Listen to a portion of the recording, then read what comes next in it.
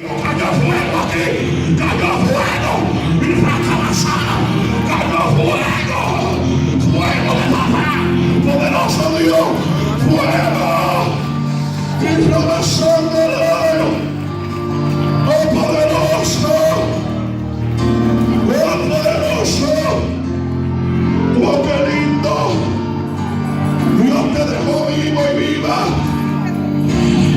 Oye, qué tremendo que no te mató, qué tremendo que no se dio de cuenta, es que Dios te escondió en la sacanera, es que Dios te escondió, Dios te preservó para este último tiempo, para que hables la palabra, para que pelee y la vas a amar.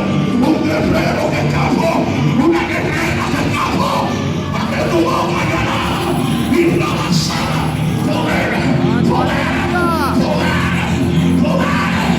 Poder, ay, yo siento tu fuego, oh qué lindo, oh qué lindo, oh escapaste, tú escapaste, oh yo siento presencia de Dios.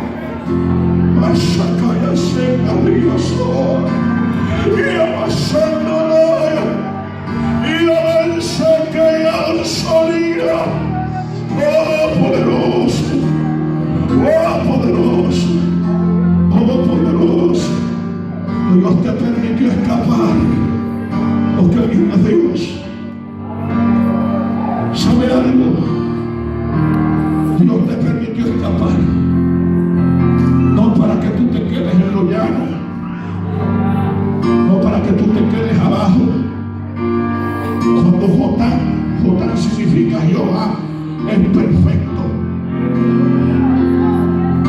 o sea que Dios tiene un perfecto plan. Dios te permitió escapar.